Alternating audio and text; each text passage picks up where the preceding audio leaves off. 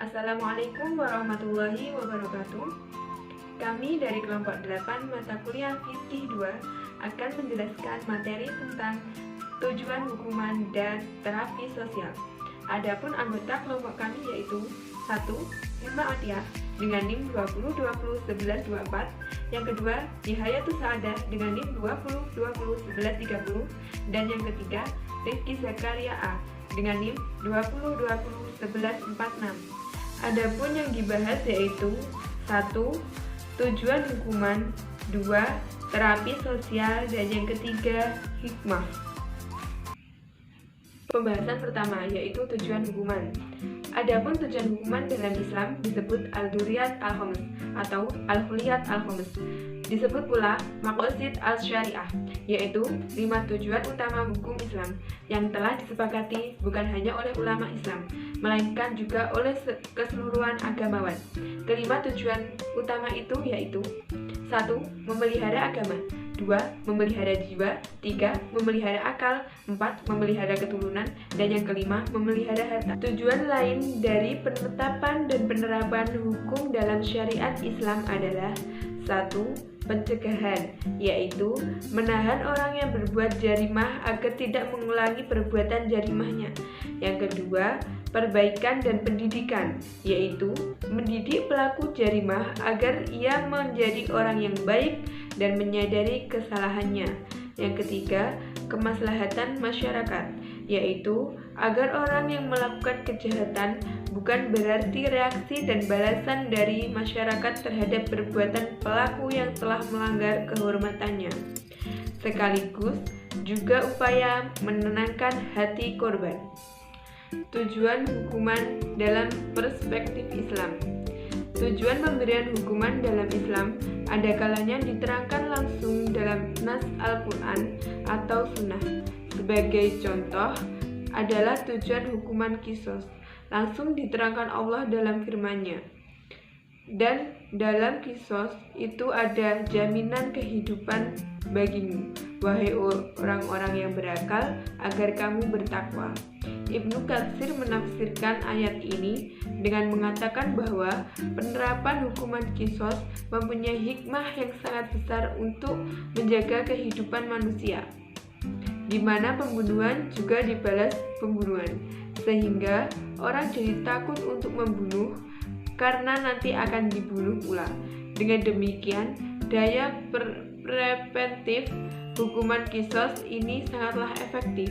Terjemahan dari Al-Quran Surah Al-Baqarah ayat 179. Hanafi berpendapat bahwa tujuan hukuman itu ada 4, yaitu al-rad mencegah, al-zair mengancam, al-islah memperbaiki, dan al-tahzib mendidik. Mencegah dan mengancam artinya menahan pelaku kejahatan agar jerak, tidak mengulangi atau tidak terus-menerus berbuat kejahatan, dan agar orang lain tidak melakukan jarimah yang sama. Untuk mewujudkan tujuan pencegahan ini, maka hukuman yang ditetapkan haruslah cukup untuk mewujudkan perbuatan itu. Tidak boleh kurang atau lebih meskipun hukumannya berbeda-beda untuk setiap kasus. Sehingga hukuman itu betul-betul mencerminkan keadilan. Selain mencegah dan mengancam, hukum Islam juga bermaksud untuk memperbaiki pelaku jarimah dengan menyuruhnya bertobat dan mendidiknya agar konsisten dengan tobatnya, yaitu menghentikan perbuatan jahat dan menggantinya dengan perbuatan baik atau amal soleh, sehingga betul-betul terbentuk pribadi yang taat pada ketentuan agama Islam. Dengan demikian, dapat ditegaskan bahwa tujuan hukuman menurut hukum Islam adalah menciptakan kemaslahatan, menegakkan supremasi hukum dan keadilan bagi manusia, serta menjauhkan dari mafsadat yang akan merugikan dirinya dan orang lain. Terapi sosial. Dalam hal ini, aspek-aspek yang digunakan dalam terapi dapat menggunakan aspek-aspek konseling yang ada dalam agama Islam. Konseling Islami mempunyai 3 aspek seperti berikut. Yang pertama, aspek preventif, di mana orientasinya mengarah pada penjagaan individu dari semua goncangan jiwa dan membentengi mereka dari segala penyimpangan. Hal ini dapat dilakukan dengan banyak cara yang sekiranya dapat menyeimbangkan perilaku yang ada. Yang kedua, aspek perkembangan, di mana orientasinya mengarah kepada pembentukan kepribadian muslim agar mampu menjadi individu yang optimis, penuh dengan produktivitas, serta mampu mengoptimalkan segala potensi dan kemampuannya.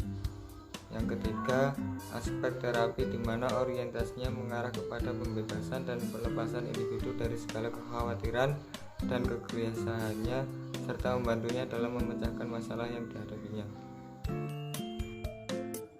Poin yang ketiga yakni tentang hikmah. Adapun hikmah tentang adanya hukuman yang pertama yaitu dari segi pengampunan. Dalam jarimah, hukuman bersifat pengampunannya yaitu bersifat lebih luas, insya Allah begitu. Kemudian dari segi kompetensi, hakim dalam jarimah hukuman hakim mempunyai kebebasan untuk berijtihad. Adapun dari segi keadaan yang meringankan, dalam jarimah, hudud dan qiyas, hukuman tidak terpengaruh oleh keadaan-keadaan tertentu yang berkaitan dengan pelaksanaan jarimah, terkecuali apabila pelaku tidak memenuhi syarat-syarat taklif, syarat taklif ataupun syarat-syarat yang wajib seperti gila atau di bawah umur, itu terkecualikan. Adapun dari segi alat-alat pembuktian untuk jarimah hudud dan qiyas, syara telah menetapkan bilangan sanksi atau bilangan saksi tertentu apabila alat pembuktian yang digunakan berupa saksi. Kurang lebih dari adanya hikmah, hanya itu penjelasan dari saya. Penjelasan singkat tersebut semoga dapat dipahami. Apabila ada kurang lebihnya dari penjelasan kami, mohon maaf sebesar-besarnya. Sesungguhnya manusia tidak luput dari kesalahan. Sekian dari penjelasan kelompok 8 tentang tinjauan hukuman dan terapi sosial. Sekian dari kami. Wassalamualaikum warahmatullahi wabarakatuh.